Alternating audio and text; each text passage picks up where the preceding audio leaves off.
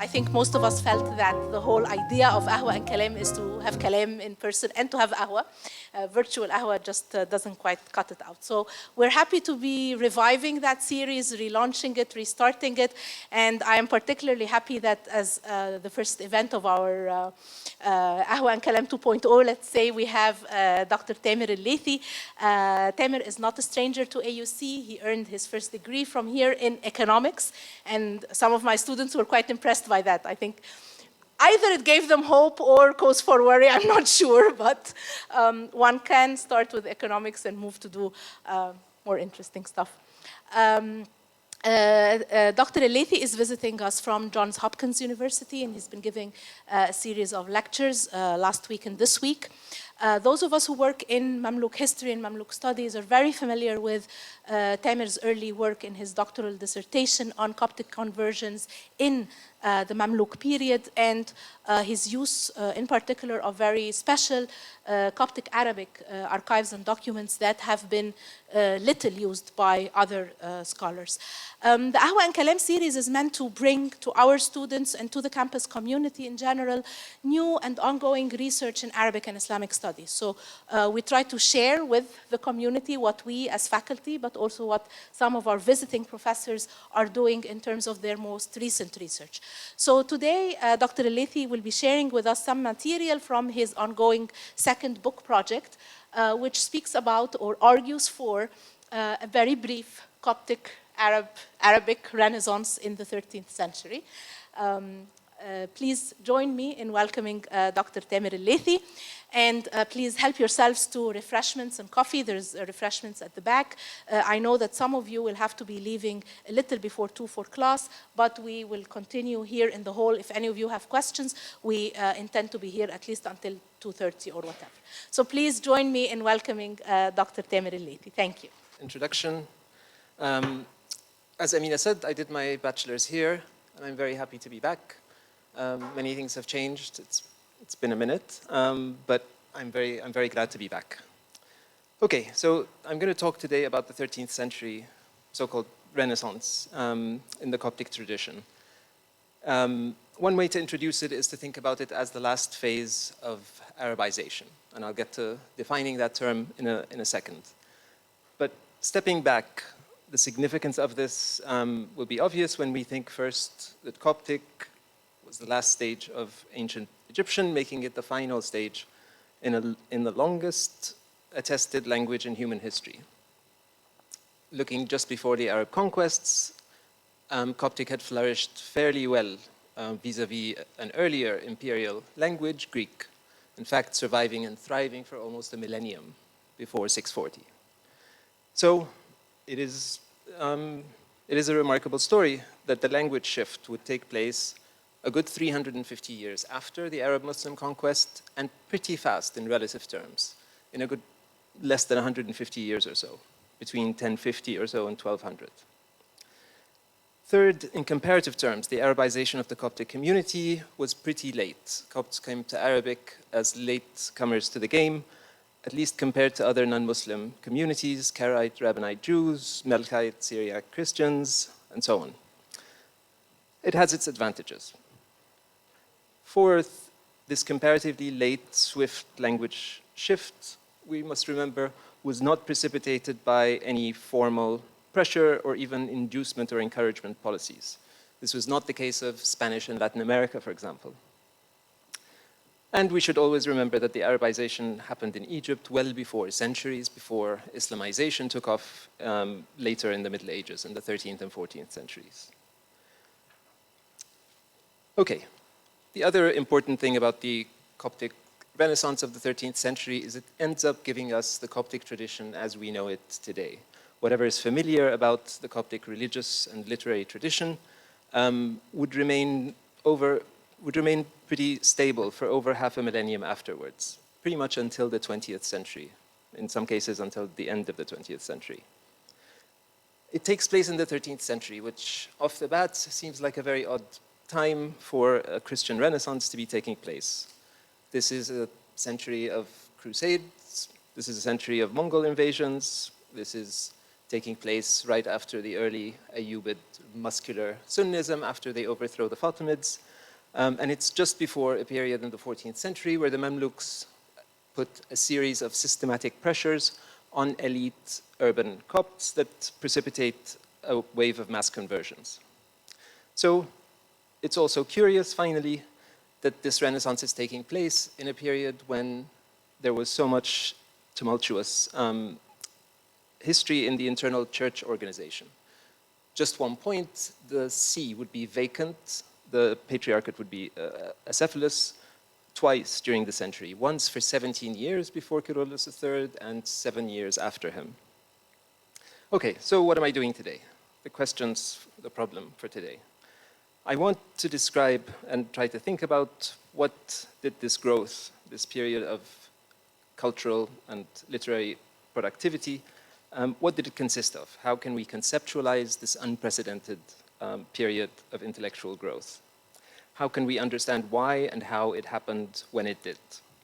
And to venture into the historian's very thin ice, the proverbial thin ice, counter history, can we imagine that this taking place at some other time, earlier or later? Finally, if we have a handle on all of these things, how can they help us understand things that happen afterwards, after the Coptic Renaissance? Okay, first, I'll start off with a little nitpicking. We use the term Renaissance ordinarily to indicate a kind of rebirth. The most obvious example is what happens in northern Italy in the 14th century, which consists of a kind of rediscovery of the classical styles of ancient Greece and Rome. The same obtains for the European 12th century Renaissance, right?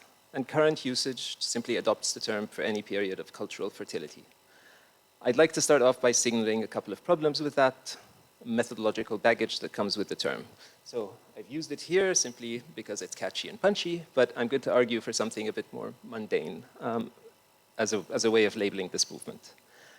My first objection is historical. The 13th century Coptic movement, this growth, was marked by an efflorescence, an original efflorescence, and even new disciplines. It did not amount to a discovery of anything that was pre-existing before. Critical here is that this Coptic production took place in Arabic. And I'm going to talk about the translation of the tradition, the pre-existing tradition, in its various stages. But the Arabic here was a constitutive feature. This was not a matter of translating material that was already in existence in Coptic and translated now into Arabic. The same problem attends to the term like revival, right? Which again summons the idea of a return or resurgence, which to some pre-existing earlier glories whose virtues are now suddenly discovered. Again, none of this is accurate here. My second objection is analytical. To frame a historical period, however, marked by cultural fertility as a renaissance invariably leads us to a teleological narrative. We end up thinking that everything leads up to this, and we have a problem appreciating things before and after on their own terms. So, back to our case. I don't doubt that this period was marked by prolific cultural production, a thriving literary production. This is the point of the whole lecture. But it does matter what we call it. And like I said, I will make the case for the less punchy and probably more useful label of calling it a cultural movement. I'll return to this, but briefly, movement here is intended to highlight two things. First, this was a sustained period. This was not a few years or a few decades. This was something that lasted for over a century. I'm going to argue that it lasted into the middle of the 14th century. And two, the movement here highlights the participation of multiple social groups in sustaining these new novel conditions of cultural production. This was not, in other words, the eccentric generosity of a single patron or the saintly beneficence of a holy patriarch. This lasted for over a century, and its ripples extended to many disciplines and fields, and it mobilized the patronage and the talents of various groups of people.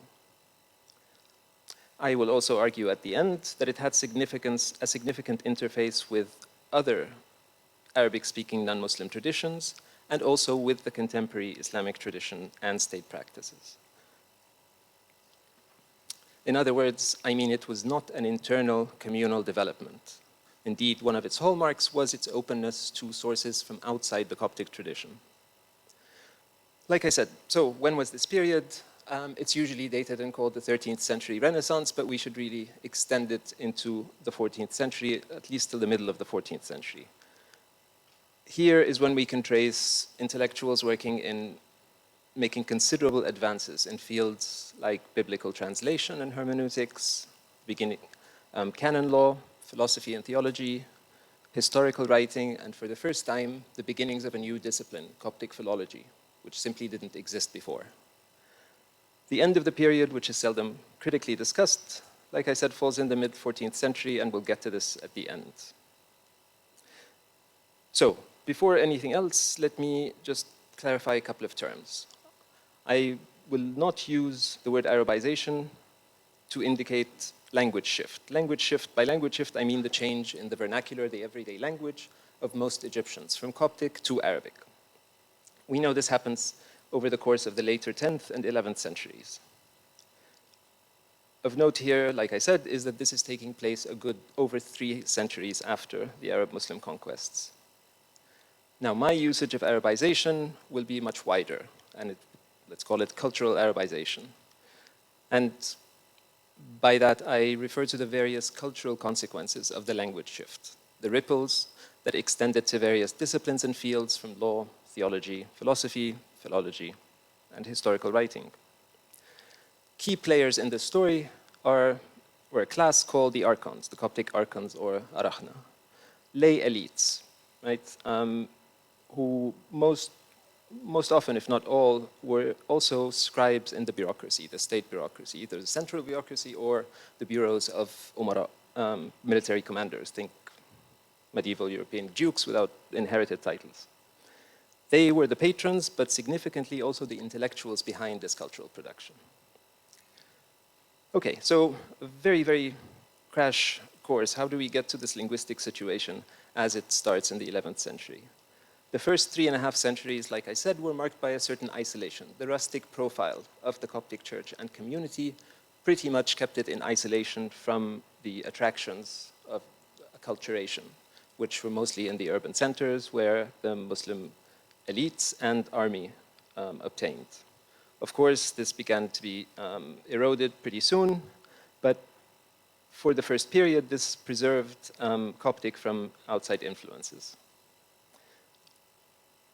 As mentioned, this process of Arabization takes place for the Copts rather late, right, comparatively.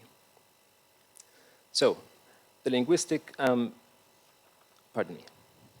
as we'd expect, the language shift, once it begins in the 10th century, starts a steady erosion of communal boundaries, something that had served the church well, allowing it to effectively stem acculturation to the hegemonic Arab Islamic culture. In the 11th century, with widespread Arabization causing the fast disappearance of language barrier, Egypt was also happening to experience significant economic boom. This is when the Fatimids come in, and Egypt begins to replace Iraq as the entrepot for long-distance, lucrative long-distance trade, especially the Indian Ocean trade. The proceeds of this enormous trade were quickly converted to other forms of capital. Its effects especially visible in terms of urbanization and patronage. So we have unprecedented urbanization. In Cairo, we also have a new state, the Fatimids, who, armed with this new revolutionary product, paper, become much more bureaucratized. We can understand the move of the sea from Alexandria to Misr, Old Cairo, in this context, in the late 11th century. The other significant thing happening in this period, especially the 10th and 11th century, is Copts moving to Islamic courts, right? Call it litigation migration. Instead of bishops' courts, where they had handled most of their private affairs before, they're now going to Qadi courts. And closely related, the other side of this was what we can call a kind of judicial arbitrage. Coptic legists, who are paying careful attention to this. It's a second-order effect. They try to address the reasons why behind Coptic reparation to Muslim courts. From the 10th century onwards, in particular the 11th, armed by a new command of Arabic, they begin to access non-Coptic Christian denominations like Melkite legal sources, but by the 12th and 13th century, they are reading and they're pretty engrossed in Islamic legal sources. And I'll get to that in one of my cases. Okay. So,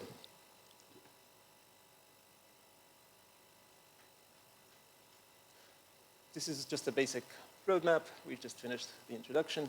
I'm now going to talk about translating the Coptic tradition, which we can divide very quickly into 3 phases. The first one, the earliest, from the mid or late 10th century to the middle of the 11th. This was characterized by fairly sporadic, ad hoc translations, some of them fairly poor, of primarily biblical material, especially lectionaries and liturgical texts. To a lesser degree, apocryphal and hagiographic texts.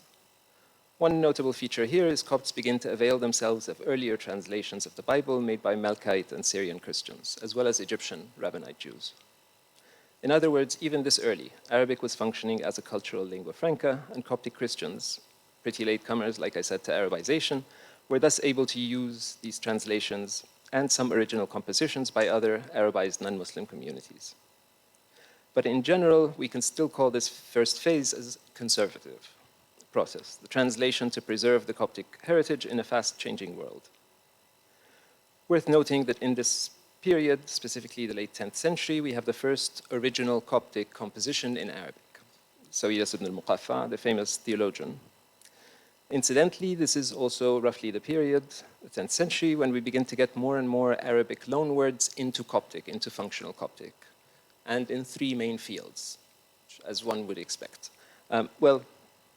As some might expect. Medical recipes, agriculture, and, you guessed it, magic. Basically, all the tools you'd need to get things done. If you were, like 95% of the population, rural in residence and horizons.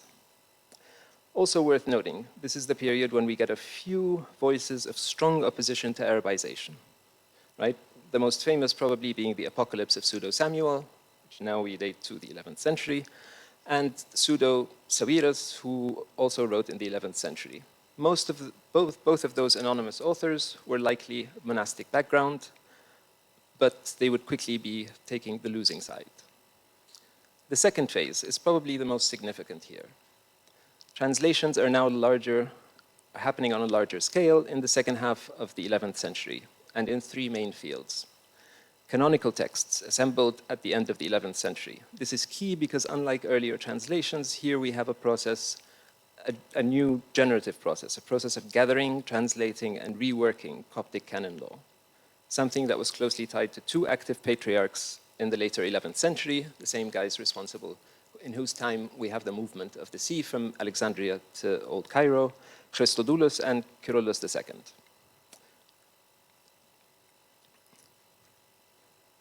And the move, like I said before, was clearly related to contacts with the new Fatimid state, which had just founded its new Palatine capital, Qahwa. A second major group translated during this phase was dogmatic theology, especially a work known as the Faith of the Fathers, I'taraf al-Aba, consisting of 254 quotations from patristic sources. And in the same period, we get the first complete translation of the Coptic liturgy by the Patriarch Gabriel ibn Turik, who was Patriarch in the 1130s and early 40s. Last but not least came historical writing, and this is worth a pause. Here we have a significant change in the language of the famous History of the Patriarchs. The History of the Patriarchs is a central tradition of historical writing in the Coptic Church. Until then, it was composed piecemeal in Coptic, significantly by monks and bishops. In the 11th century, an Alexandrian lay notable named Mawhub ibn Mansur ibn Mufarraj collected the Coptic sources for the early patriarchs, the first to the 65th, and translated them into Arabic, as well as composing original Arabic biographies of his contemporaries, again, the famous late 11th century patriarchs I just mentioned.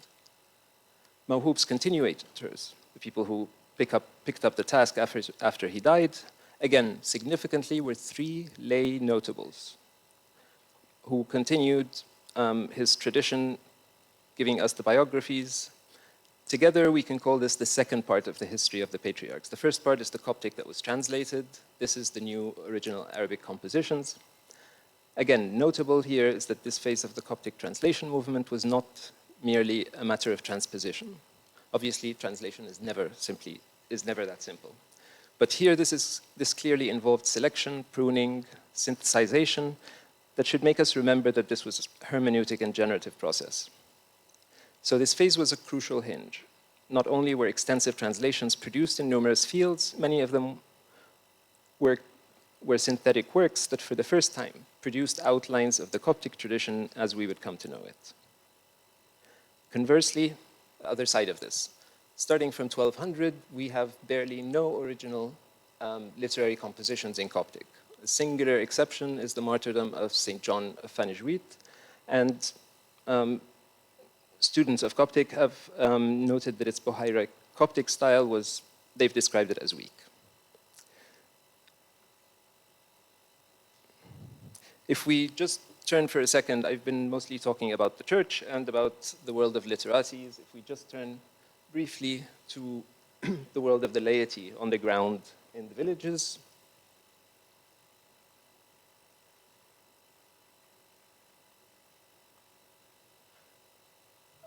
The mid-11th century is a crucial period of language shift even in people's family archives. The surviving private archives, the last surviving private archive of Coptic documents issued by Coptic notaries comes from Tishlot in Middle Egypt and contains Coptic language documents dating from the 1020s to the 1050s. Near Deir al-Naqloun, a near contemporary, here is the archive of a rural family of notables, Banu Bifam. By contrast, their 53 documents were all in Arabic. Also, the Tishlot archives were mostly on parchment, with one exception, one on paper. Here it's the opposite, all of them are on paper. We have 53 documents, all in Arabic, and the legal deeds among them were from Islamic courts. I turn briefly to these examples to highlight that while the translation movement I've outlined, phases 1 and 2, concerned the world of literati, clerical, and lay, the documentary record preserving the lives of average Copts in the countryside suggests the two processes, translation tradition to translation of the tradition, and vernacular language shift among the community were proceeding in tandem. There is still this question in the scholarship about which was responding to which, but we're going to move now to the third phase, which is precisely the period we're talking about today. Third phase that is sometimes called the Golden Age, the Renaissance, etc., which covers the 13th century and spills over into the 14th. This is the best known one, and understandably, it's left us the most dense manuscript record. With practically no one fluent in Coptic anymore, the translation of the tradition largely complete, translations become fewer. But the ones that were redone are telling. An increasingly strong command of Arabic meant dissatisfaction with earlier translations, especially the first phase. And this ushered in a new phase of translations, especially of the Bible. Now, prominent names here, biblical translators and commentators, and grammarians and philologists, the two were linked. We have to mention Yohanna Samannudi and his namesake Yohanna al-Ayyubi, and significantly Al-As'ad Hibatallah ibn al-Assal, one of four brothers who will be very important to the story. And we have glosses by commentators like Ibn Katib Qaisar and Mu'taman al-Dawla ibn al-Assal, the second brother. Already some of their names indicate that they were working for the bureaucracy. I was going to say moonlighting, but those were their day jobs. One last significant text that is translated, that would await its full translation only in this third stage, was the Synaxarion, the collection of the lives of saints, basically running from Genesis to the Middle Ages. Its translation was connected with two bishops in the town of Malij in the 13th century. The translators of the Synaxarion clearly used all Coptic sources, but there's nothing to suggest that they were translating from a single collection, from a single integral text. Rather, we have evidence like Mawhub, with the case of the history of the patriarchs, of them seeking out and piecing together and editing material from numerous sources. Once again, another instance of the productive, rather than strictly preservative, process of Arabization here. Okay. One feature of this third period, this Coptic cultural movement, is that we begin to see what I can call a matured effect of cultural Arabization. Here we see not only a development in skills of translation, but also an increased openness to working with sources from other communities. Coptic Christians reading and engaging the literature of other Christian Arabic and some even Jewish translators. Second, an intense production of new Arabic language texts, ostensibly translations of older traditions, but in fact highly interpretive processes of selection and synthesis. Perhaps the epitome of the field, perhaps the epitome is the field of Coptic philology, which, as I mentioned, saw its very birth during this period. This is to say, the field of Coptic grammars, numerous of them are called the muqaddimas, the grammatical introductions, as well as the scala, the word lists, Coptic Arabic word lists, appear for the first time in the 13th century. Among the texts consulted by the voracious 13th and 14th century Coptic intellectuals were Islamic texts. I can only give one example here to indicate the cumulative and profound effect of such deep readings, in this case of Coptic Law, which is also good because when we get to the case of Coptic Law, we'll meet the third of the brothers, perhaps the most famous one, Safi ibn al-Assal. Unlike each of his brothers who dabbled in one or two sciences, he was a true polymath and worked in almost all of them. So, to get to Banu al-Assal, a first word about the family. Our first case, our first central case from this period, as it were, because as a house of notables, they embody many of the features of this cultural movement. Between them, Banu Assal, as mentioned, wrote on jurisprudence, canon law, theology, philosophy, linguistics, and biblical commentary. As with the period in general, their works were marked by a universalism of sources and a voracious openness towards them, regardless of confessional provenance. Together, the brothers hailed from a distinguished Coptic family who, like many others, over several generations attained high positions in the civil bureaucracy, as well as prominence in church affairs. They were lay, but they had contacts with clerics, including patriarchs, as in the case of Safi ibn al-Assal, with Kyrillos III. Their father was a high-ranking government official. One of the brothers, Al-Amjad, who was probably the most rich of them, Al-Amjad Abu al-Majd ibn al-Assal, he dies after 1270, was secretary in the army Diwan al-Jaysh. Al-Amjad's position required him to travel back and forth between Cairo and Damascus, which ensured a steady influx of books not previously available in Egypt, most notably those by East and West Syriac and Melkite authors. These books laid the foundation for his extensive book collection of the time, the Khizana al-Amjadiyya, its extensive library of sources. It appears that Al-Amjad supported his three brothers. The second, who we've come across before, Hibatallah ibn al-Assal, who dies about 10 years before him. The third, Safi ibn al-Assal, and finally, Mu'taman al-Dawla, Ibrahim ibn al-Assal. They all die within 20 years of one another. Well, they all die within the same 20 years, between 1250 and 1270.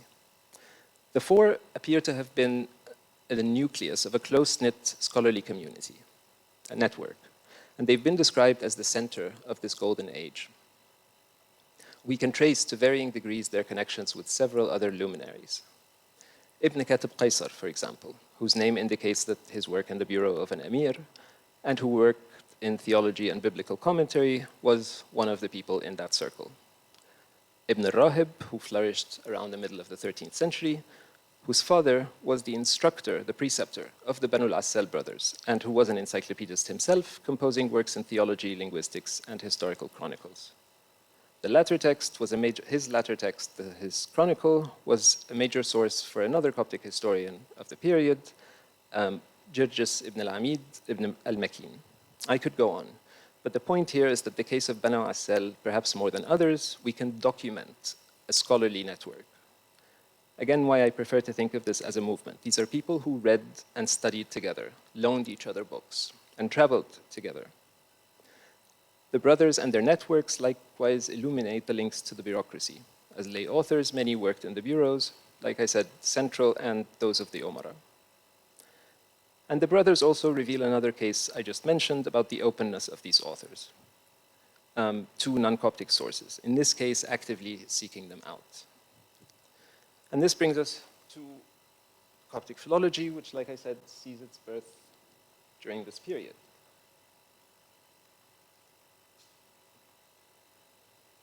Okay, now this is a basic timeline of the period we're talking about. Here is from roughly 1200 to the mid-14th century is this period that I'm calling the cultural movement, or what's called the Renaissance. You can see the accumulation of new works of law, originally nomocanons. Those were pretty simple, the first three. But here we begin to get synthetic and very interpretive material that doesn't just summarize legal verdicts, but actually discusses legal methods. And up here we get the works of Coptic philology, most of which begin after 1250. And they all cluster around the same period here.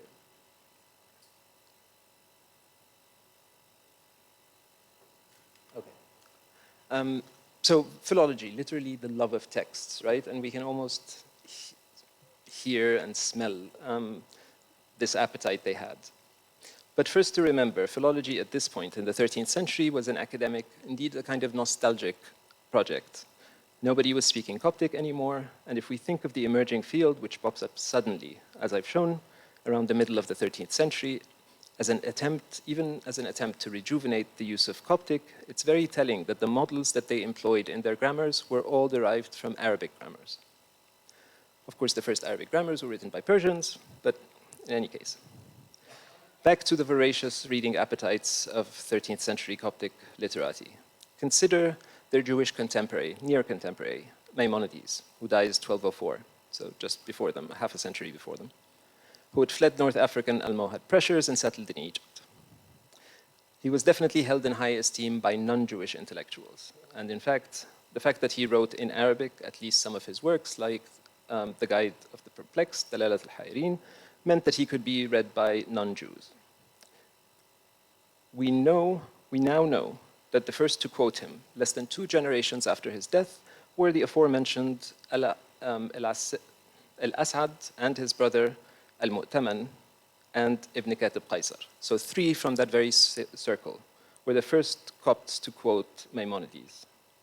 Their Banu al-Asal circle also quoted another work of Jewish provenance, Sefer Joseph Ben Gurion, a medieval historiographical compilation, first composed in Hebrew in southern Italy, and soon translated first into Judeo-Arabic and then into Arabic script. Judeo-Arabic being Arabic written in Hebrew characters. As in cases too many to list today, an Arabic translation opened up the reading market for a good book. And in the 13th century Egypt, the market was large, keen, and delightfully promiscuous. Specifically, it was As-Safayyid in his nomocanons, Majmu' al-Qawanin, who first cited Sefer Juzipon, but others in his orbits soon did that too. Another famous example, which we have to mention in relation to biblical translations, and a famous case of cross-confessional book travel, was Sadia Gaon's, Said al-Fayyumi's first Judeo-Arabic translation of the Pentateuch, which he called the Tafsir. From the beginning of the Ayyubid period, from the 1170s, we begin to find evidence of its roaming in Arabic characters as well. The work circulated in Jewish, Samaritan, Coptic Christian, and Muslim manuscripts. That was a bestseller in 13th century. Manuscripts usually bore the phrase, Muharrar min Said al-Fayyumi min al-Ibrani ila al-Arabi, right? Copied from Sadia's translation into Arabic. Back to Banu al-Asal. Ronnie Volant has shown that the earliest Coptic copy of the Tafsir was copied by a scribe who signed as the monk Gabriel. Don't let the modest signature fool you. This would be the future Gabriel III, the 77th patriarch, who was on the sea quite briefly, 1268 to 71. But before that, he was the preceptor, the teacher of Al-Amjad, and a secretary to the Banu al-Asal. For example, he toured with Al-Amjad and his brothers when they went to Syria to look for books, and he actually left us traces in colophons of manuscripts that he says were copied in the courtyard of Al-Amjad's house in Damascus. So this takes us to our case. A Copt and a Jew walk into a library.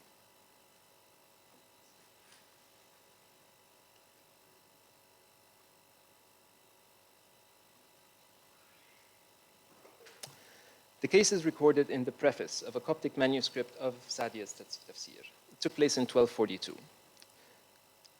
A Coptic scholar invited a distinguished Jewish scholar from Old Cairo, from Misr, clearly someone he had earlier dealings with, and asked him to help him, quote, copy a manuscript as accurately as possible to establish the correct transmitted text. And so they did. They sat facing one another, studying the text jointly in one of those scenes that medievalists, okay, maybe me, love to imagine. In this case, especially because it's suggestive of a soundtrack. Each scholar read out loud from the book in front of him, the Copt reading from an Arabic script version, the Jew from a Judeo-Arabic manuscript.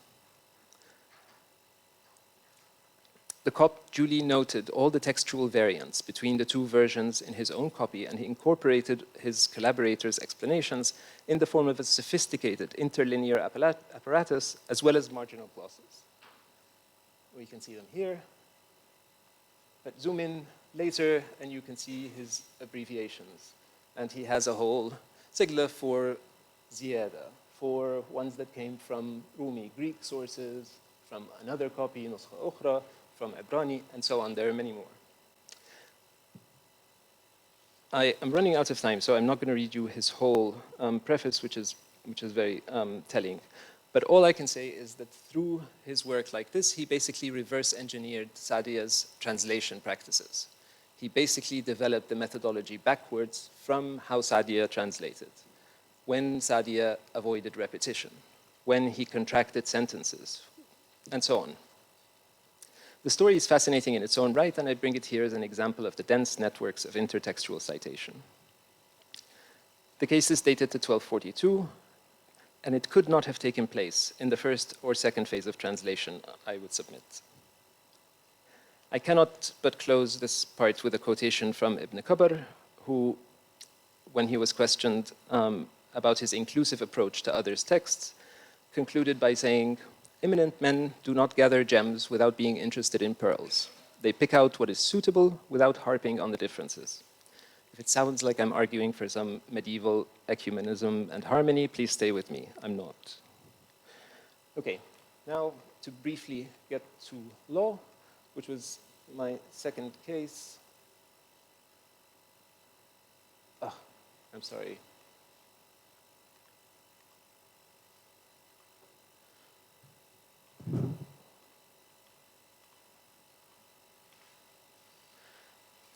Here, to eavesdrop on a Coptic fatwa. This is Athanasius of Khus, who is writing in the late 14th century. He gets asked, what do you say of the circumcision of Coptic children? And he responds, it's a regional custom, عادة بلدية, that the Copts have become well attached to. The questioner asks, is it a sunnah? And his response is, no, it's a commendable custom, عادة مستحبة. He was not the only one, and we see this full development of assimilation, not only of terms from Islamic legal sources, but also the very grammar of legal argumentation. The 5 categories of evaluating the 5-tiered structure of Islamic law, whereby forbidden occupies 1 grade, and we have 4 grades of permitted, make their way into Coptic law. Makruh, mustahab, mubah, wajib, fard. Thus, not only Ibn al-Asal's terms of classification, but the entire conceptual apparatus comes to be derived from Islamic law. Now, even the tool here, the fatwa, becomes well known throughout the later 13th and 14th century. My last case, again, because I'm running out of time and I cannot not present this one because it's the prettiest. Whatever we can say about the Mamluks, they certainly bequeathed a tradition of splendid architecture and amazing manuscripts, especially Quran manuscripts. Here is just a collection of some of them. This is, sorry for the poor picture, I'm reproducing from a reproduction at the Coptic Museum, something that reproduces many of the same stylistic features of the frontispiece. We get the Kufic headings here in these blue cartouches and with gold foliage tendrils. We get the same contrast between the floral Kufic up top and the Naskhi for the text itself. Even here, we get these very lovely frontispieces for the entire manuscripts. Now we come to our exquisite Bible, which now resides in Paris, and which was my poster for the talk. It's exactly the same and reproduces exactly the same strikingly beautiful design. It closely resembles contemporary Quran codices in calligraphy, border ornament, the rosettes separating verses. There's no reason these should be there, but in time, these palmettes and rosettes, which were used to separate ayahs in the Quran, get to be inserted into these codices, these manuscripts of the Bible. It's striking. Many people I've shown this to from a distance think of it as see it as a Quran, and because they recognize certain features, they're not reading it yet, but they recognize these stylistic features. But perhaps so each of the 5 books begins with a different basmala, which is an interesting story of itself, even though I have to skip it now. الخالق الناطق for Genesis, القديم الواحد الأزلي, and then الحي الأزلي for Numbers. And here, just like the philological case, is an inverted note saying which copies of which translations they were compared to. Here, tracing back to Ibn Kabar. And the colophon with the date. Again, these palmettes that we see in contemporary Mamluk Qur'ans. But perhaps the most interesting thing comes before the entire text and before the frontispiece. We get this scribble, hurried but pretty deliberate hands, seemingly cryptic words. يا كبكاج سارق مارق حبس حبة يمنع الأرض. At the risk of butchering the spell, I offer this as translation. O Kabikaj, abracadabra, vanquisher of the pest and preventer of rot. When I first saw it, I had no idea what was going on. In fact, I didn't even know how to go about finding it. But the incantation, not strictly Arabic, is arguably a most eloquent testimony of medieval Copts' profound embeddedness in the world of letters, Arabic letters and book culture. The copyist writes O Kabikaj. This was technically the name of a plant. The Arabs knew it as Kaf al-Daba or Kaf al-Saba or Tree of Frogs, Shajarat al-Dafada. But it was not as a plant name that the word would forge its illustrious, if unsung, codicological career. Rather, it was used in medieval Arabic manuscripts as a kind of magical prophylactic to prevent the rot of paper. As Gadrick notes, although a toxic plant, it was seen as a jinn, often assuming the mantle of a guardian or protector, hafiz, right? And sometimes it's written, Ya kabikaj, ya hafiz. We have dozens of examples of these from Muslim manuscripts that range literally from North Africa to Aceh in Indonesia. The Coptic Pentateuch that I'm showing here squarely belongs to this manuscript tradition.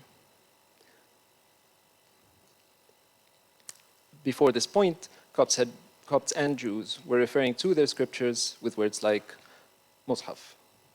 Barely 2 years before the copy of our Pentateuch, another scribe completed a biblical manuscript, this time of the New Testament, in beautiful Naskhi Asadi script, providing several remarkable details in the introductory folios, including his 7 headings, his division, a de rigueur expression that indicates that such categorization was not only familiar but expected, including the goal, advantage, provision, denomination, the nisbah, the isnad, the division. The 7 categories roughly correspond to Al-Maqrizi's stated headings. And I'm taking Al-Maqrizi just because I'm a Mamlukist, but I found it in so many other places as well. The purpose, the title, the benefit, all of these map exactly onto the ones of the Gospel's introduction. So, given the time, a word about the end of the movement. How is it that all of this cultural productivity suddenly comes to an end in the 14th century? The key, I think, lies in remembering that most of these authors, these intellectuals, were lay Coptic authors who were bureaucrats. By the early 14th century, about 50 years into the rule of the Mamluks, we have a concerted effort to Islamize the bureaucracy, which offers these people the unenviable choice of either converting and keeping your job, or losing it, sometimes convert and get a promotion. Most of them converted. This movement, in other words, did not rely on clerical or monastic authors. And we see this Coptic efflorescence then begin to wither away in the 14th century because precisely those people who were behind the movement begin to disappear, convert, or not have the means to be patrons and the time to collect books and be authors themselves. one single example in a single field is particularly telling. The last one of these people for historical writing writes the last Coptic chronicle that we can call an actual chronicle is Al-Mufaddal ibn Abi al-Fada'il in the early 14th century. He dies in the 1350s. After that, the entire task of Coptic past-making resides in two very, very different discourses, the discourses of martyrdom and hagiography. This is a distinctively different way of understanding temporality, of causality, and so on. Another point that I wanted to make in this lecture as I hurry through the very end is trying to get away from something that persists in the scholarship, which is essentializing Arabic as having a necessarily Islamic essence, right? The picture, Sidney Griffith's famous book, The Arabic Bible, has the subtitle, The Scripture of the People of the Book in the Language of Islam. Another recent edited volume, Christianity and Judaism in the Language of Islam. This is based on a particular way of reading which hampers our way of understanding Arabization as a kind of hybridizing cultural translation. The other scholarly trend, which seems to be the exact opposite but actually works on the same intellectual move, is developing a totally distinct thing called Christian Arabic, which essentially turns 180 degrees but actually preserves the same premise. In this case, some scholars argued that the Arabic of Christians like Copts constitutes a distinct subset, something like Judeo-Arabic. The case cannot be sustained. But if we read it symptomatically, however, the move evidences the same kind of discomfort with mixages or hybrids.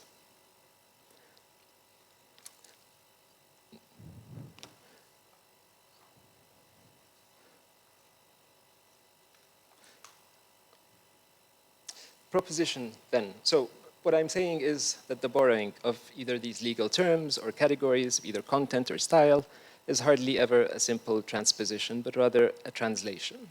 Mapped onto a different context, the same idea or practice acquires a different significance. This is hardly controversial. The hybrid product was original within a Christian context, but it was also fundamentally different from the original Islamic.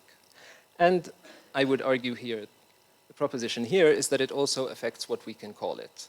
Things that were originally the preserve of Muslims, and therefore, in terms of differentiation, we could have called them Islamic, once they are now part of a shared culture where Coptic Christians, Jews, etc., are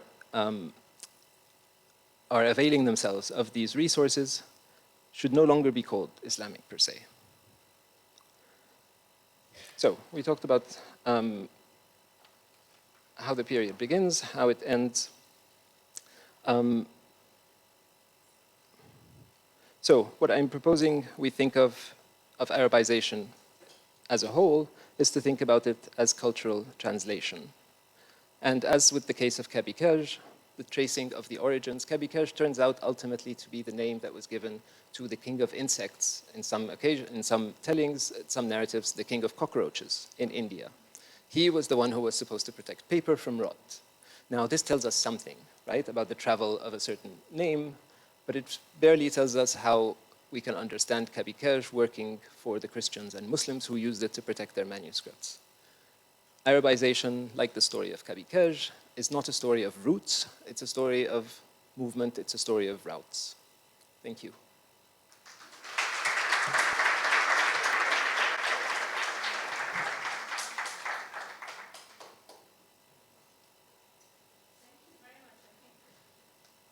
Sure, there are a lot of questions.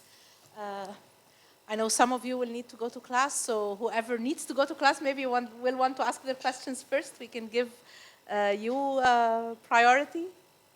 And whoever wants, yes, please go ahead. Go ahead. Yeah, I've got to run off in a few minutes, so quick question and hopefully an answer that I can hear in time. This idea of Coptic philology and the interplay between disciplines, how much do we actually know about that? So they're developing Coptic grammars. As you've shown, terms, legal terms, are then moving around, traveling between different confessional communities. How much can this actually be developed to see a more intimate portrait of interdisciplinary trends and then interconfessional trends, so those two at the same time? So how can it be documented, or how can it be? Do we have enough to kind of document this beyond one legal term, two legal terms? Can we really see?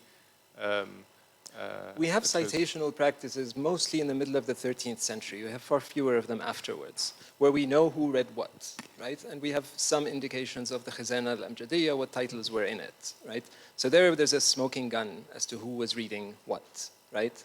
Now, I said at one point, I'm not arguing for this, ecumenical harmony, because the story does not continue in the picture that I've drawn, right? The 14th century constitutes a rupture that would change this entirely. Take the basmala, for example. You see this far more commonly until the 14th century, and then afterwards, a deliberate distinction is made. A different kind of basmala, but not Bismillah ar-Rahman ar-Rahim is being used, right? The mottos, the alamas of the patriarchs in their petitions and the marsum in response, their marsum in response to petitions, for example, become much more focused on differentiation, right? It's a case of a narcissism of minor difference, I think, right? You get to a point where there is so much, an absence of difference produces an anxiety in and of itself, which therefore sparks the pressures that we begin to see in the 14th century, the Mamluk pressures that lead to the conversions of these intellectuals. Does that make sense? Thanks.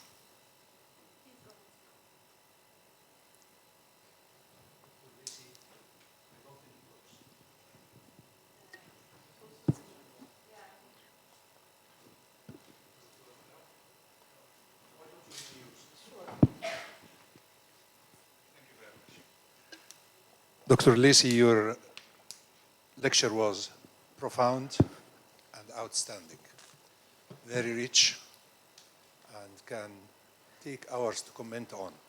But I have only one question. The region from Grand Syrie, Syria, to Morocco witnessed a phenomenon that didn't happen in Egypt. I went to Ma'lula in Syria. People speak Aramaic. This is the language of Jesus Christ. In Morocco and to the Libyan borders, many people speak Amazigh. What puzzled me more, that even in Egypt, the Nubians continue to do the following. As everybody knows, there are two Nubian languages, Kinzi and Fadukka. Nubians, during the time you covered, did what exactly happened in Ma'lula and in North Africa. They spoke Nubian at home and Arabic outside. Why this didn't happen to the Copts? I really don't know after reading a lot about it. I think the reasons for the comparative cases, thank you, the reasons for the comparative cases are different. I think the case for North Africans is different because there were conversions very early on. So Amazigh, formerly called Berber, became a language that was not threatening. The armies that invaded Iberia were partly composed of Berber contingents, right? North African autochthonous communities, right? This did not happen here, right?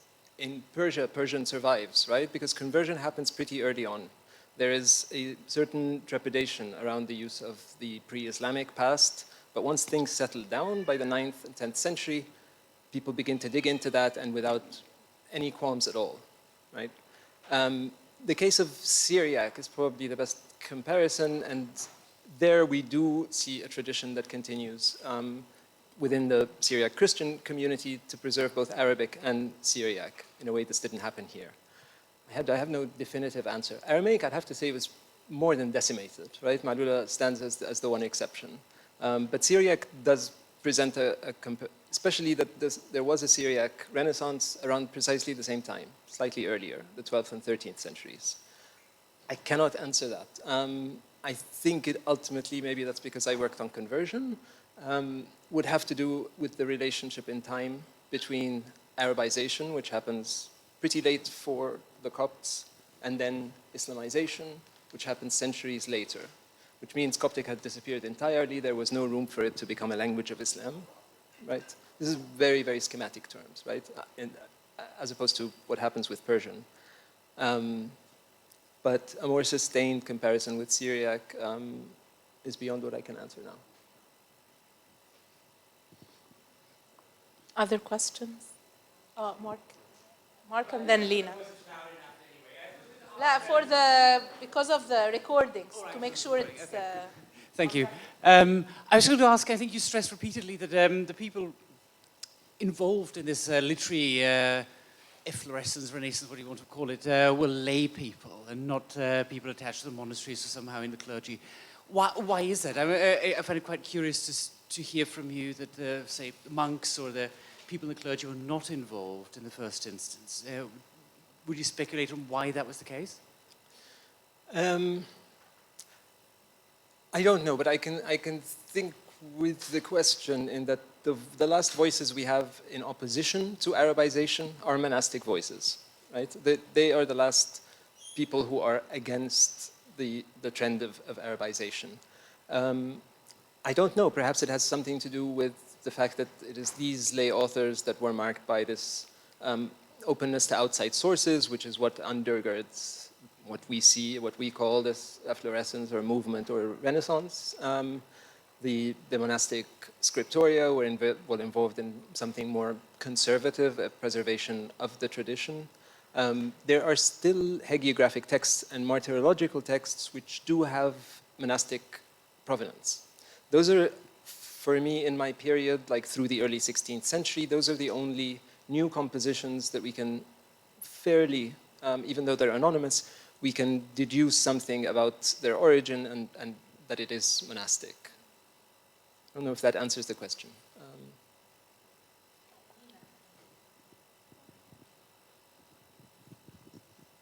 Thank you so much for that amazing talk. That was really exciting to listen to. I also thought about the comparison between Syriac, especially as it exists today, where it's still spoken in small communities, but largely remains to be a liturgical language. And I was just thinking about any sorts of, and you also just made the comparison between a sort of Renaissance, meaning that there's a lot of, like there was also a comparable Syrian, or Syriac rather, philology that happened at around the same time. And this reminds me of like I'm linking it with a sort of question that I had earlier, which was about the period of the Mongols and that effect on this movement to translate.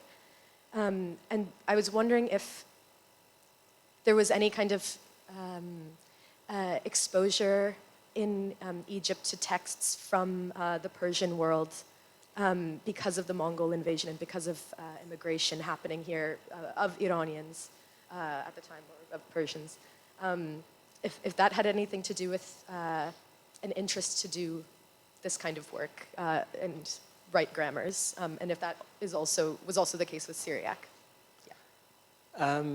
It's a good question, but the Mongols never make it this far. They make it briefly into Damascus and not for very long. And then the border becomes pretty stable afterwards. There are military, groups that make their way and sneak into the Mamluk domains and then become absorbed into the Mamluk army. But we don't get movements of intellectuals, as far as I know, moving from Il-Khanid domains to Egypt and Syria.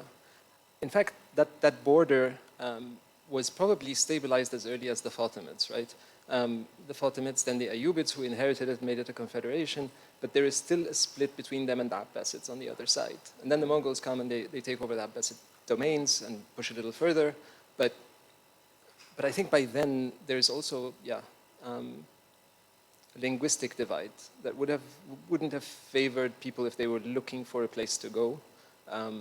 I don't know the state of education or bilingualism in Iran in the 14th, 15th century, for example, but my guess, my hunch, is that only Quran specialists, for example, would have had a strong command of Arabic rather than your average historian, say. Thank you so much. If The Syrian revival had like one interesting thing that is different than this. There was, not only here we have Coptic grammars, and like I described it as a nostalgic project. The other one, for a brief period, had the horizons of an attempt of revival, right? There are a couple of names of people who wanted to resurrect in the 12th and 13th century Syriac usage. I don't get the sense from even the Coptic grammars, Coptic philology in general, that this was an achievable project. It was something that needed to be done. I'm sure that's why they did it. It was also you know, an exercise, an intellectual exercise that they felt was necessary. But I don't know that they thought that anybody was going to actually start speaking Coptic after they provided some of these resources, these auxiliary resources. Okay, thank you. If I was just going to say, it was just something I read the other day about Iranians being present at the beginning of the Mamluk period, or Sorry? like there was more immigration of Persians at the beginning of the Mamluk period, or something like this. But if anybody, maybe I'm totally wrong, and I just read this in Doris Abu Saif. So if anybody, any professors here have it. Exactly. That's what I was doing my research about. In the 15th century. It is much later, right? Okay. Exactly. I knew about this, but I assumed it was also earlier. Okay, thank you guys so much. I appreciate it.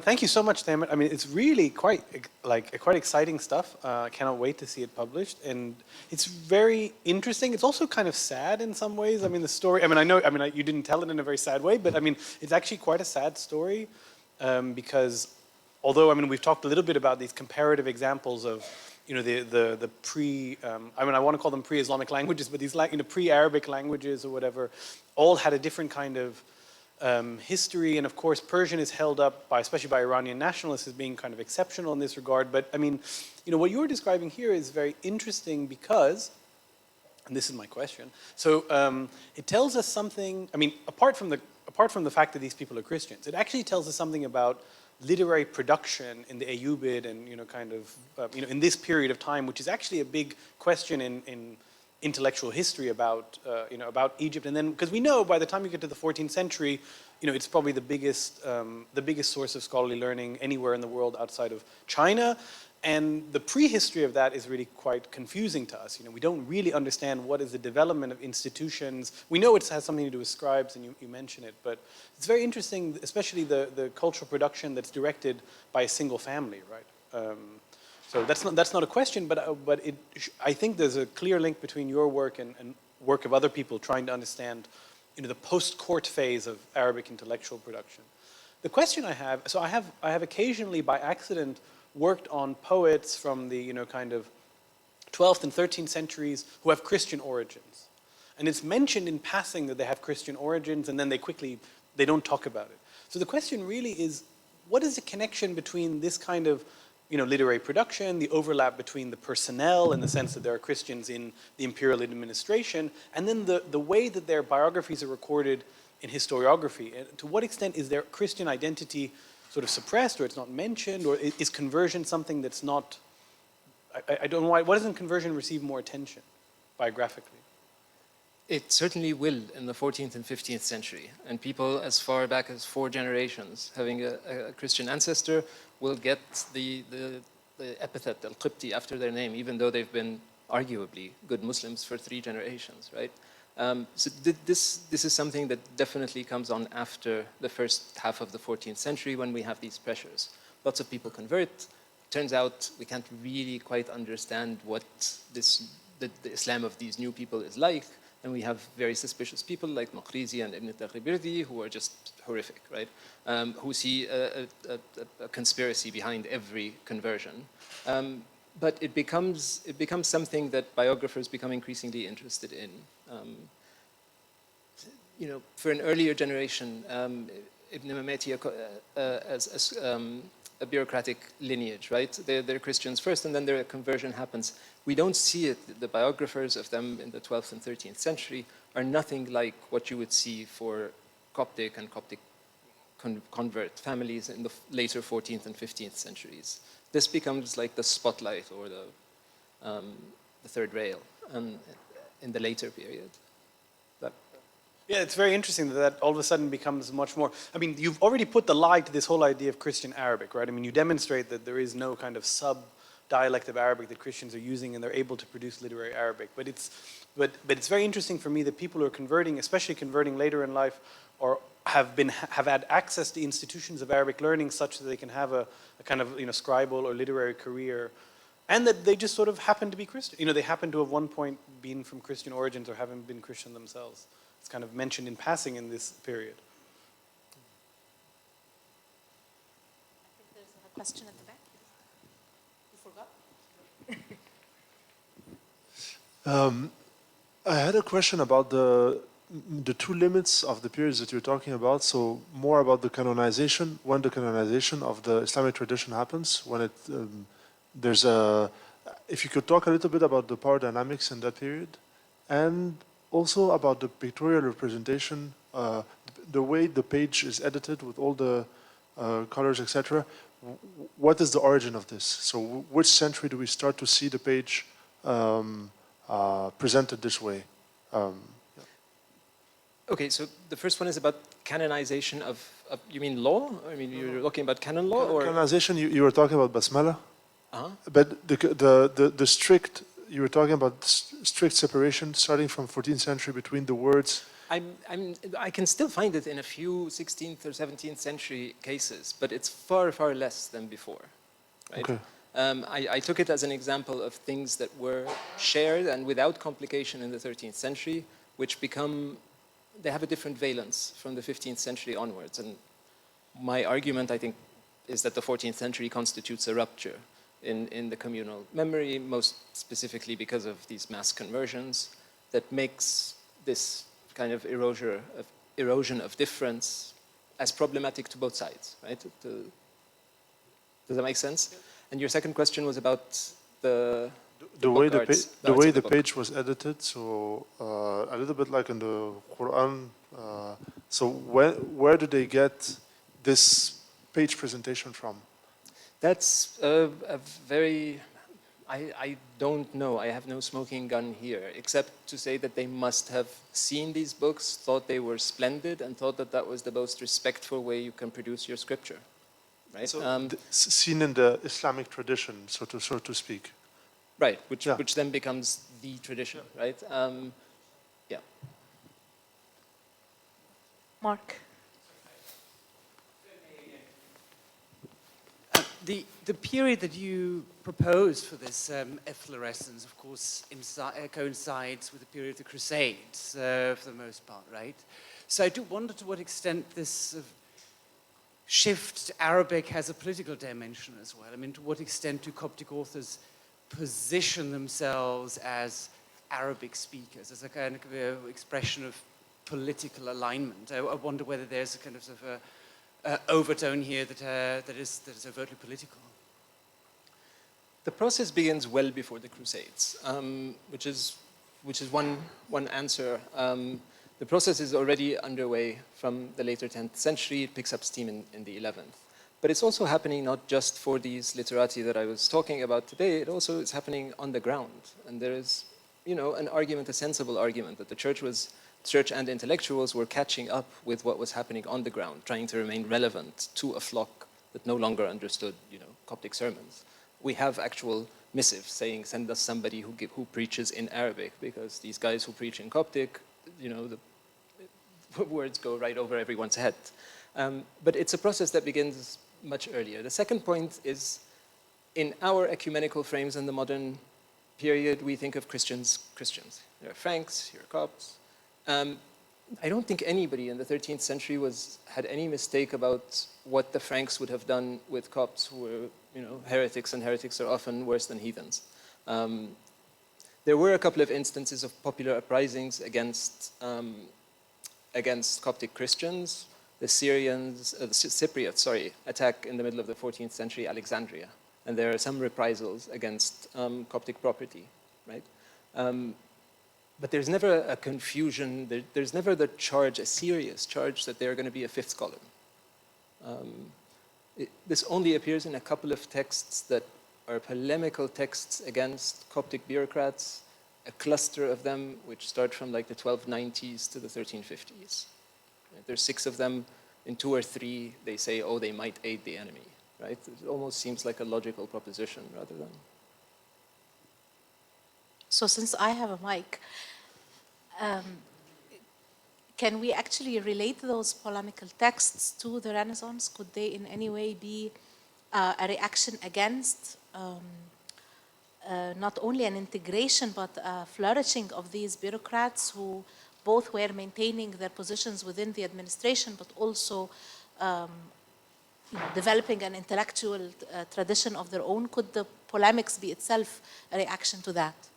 Yes, I do think that, and I make that argument, that the polemics, as well as the state edicts, they're all responses to a destabilizing erosion or erasure of difference, right? They're attempts, like violence is, to reinscribe boundaries where they've become blurred, right? We cannot say that they're completely that, because the other reason we have to consider is that there are a lot of Muslim bureaucrats now who want some of these jobs, and some of them are very vocal about the kind of bureaucracy they want to work in, right? It's also an attempt to try and convert them, to Islamize the Mamluks themselves, right? You shouldn't be ruling in this traditional way, where you hire people of whatever different background and assume that whatever works for the treasury is whatever is best. You are now ruling as Muslim rulers, if that's your claim, and they're holding them to that. So both, I agree, but not exclusively. That they come from another tributary. Other questions?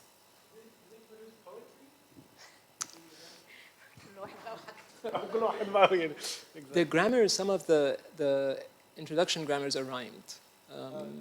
Yeah, the muqaddimas, some of them are rhymed, the later ones.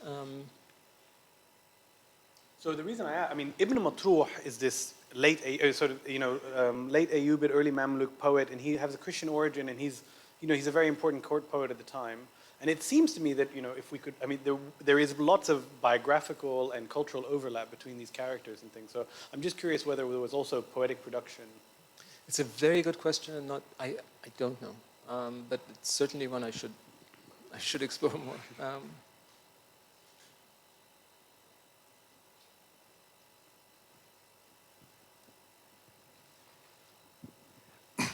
In some non-academic writings, there was a reference to cutting the tongues of Copts who spoke Coptic. And I know that this is not scientifically documented. How do you see that?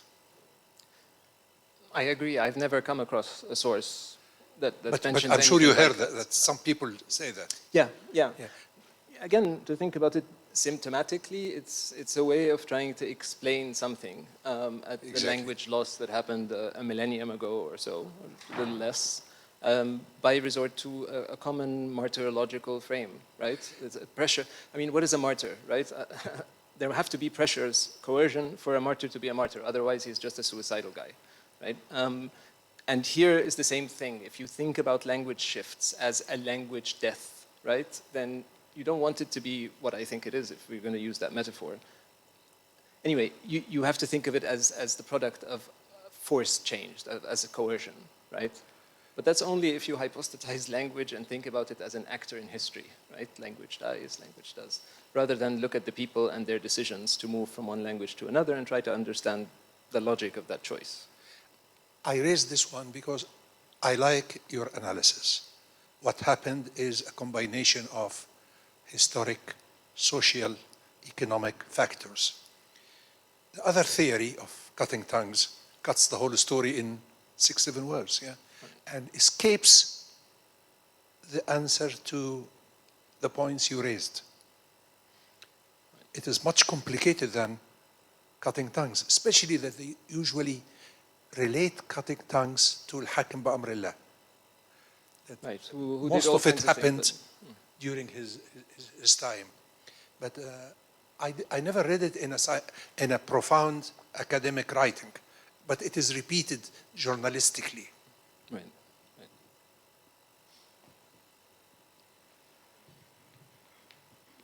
So I think we don't have any more questions. So thank you again very much, Dr. Tamer El-Leithy, for this interesting lecture. I think you've given us a lot of food for thought.